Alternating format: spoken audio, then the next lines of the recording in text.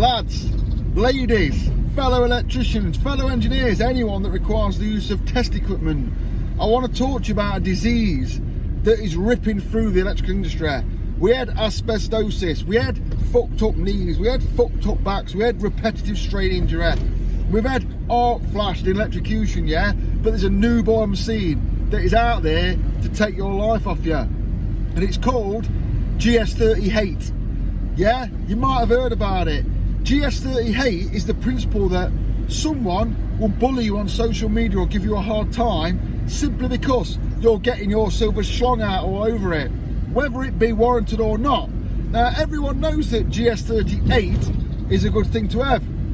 Keeping your probe tips below 4mm, ideally 2mm, is not a bad way to go on. However, not every meter is constantly used for proving dead or working at mains voltage. For example, anyone that swears down they've never used any other terminal, any other probe apart from a GS38 probe, has clearly never tried to ram a probe into an ABB electronic terminal in a control panel, because it's just not fucking possible. So I personally have a pair of cut down Sport RS Turbo GT probes where my probe tips are longer than your mum's nipples. That does not give you the right to go on social media giving people our time because of this length of their silver schlong they decide to put on show. Maybe someone's just demonstrating the principle. Maybe someone's showing you the process behind safe isolation. I don't fucking know, but what gives you the right to start hammering their content? Nobody really gives a fuck.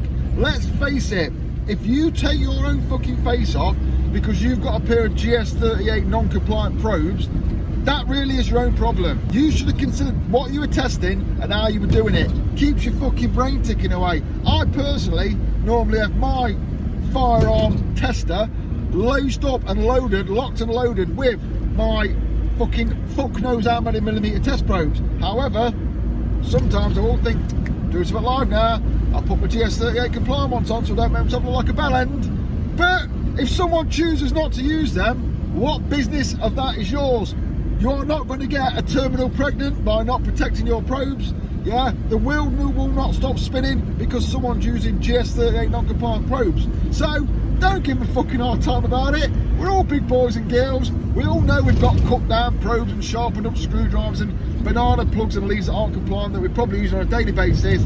But as soon as you start jumping on your fucking high horse about it and making it really, really important, like you are holier than thou, we all know that really, in secret, you've got some non-compliant leads made out of some old nails, some fucking biro tubes, and some flex inked off a fucking kettle that when no one's looking, you like to ram into fucking terminals and shit and get a bone on about it, thinking you'll pick on someone else for exactly the same thing on social media the very next day. So, drop your GS38, it's bad for you, no one really gives a fuck. Effectively, you look like a tit because we all know that people have got decent probes, and my Fluke ones personally, my probe's been a little bag since I bought the fucking thing, and I've blown them up once. So, and whilst I'm at it, all you manufacturers out there, not you Martindale, because you know what the fuck you're doing, if you're that bothered about it, make a set of probes that are retractable like Martindale's. Maybe they've got some crazy paint on it, I don't fucking know, but don't put them stupid little johnnies that go on the end of tips to make them compliant on, because everyone knows they get lost in your toolbox after about 4.537 milliseconds,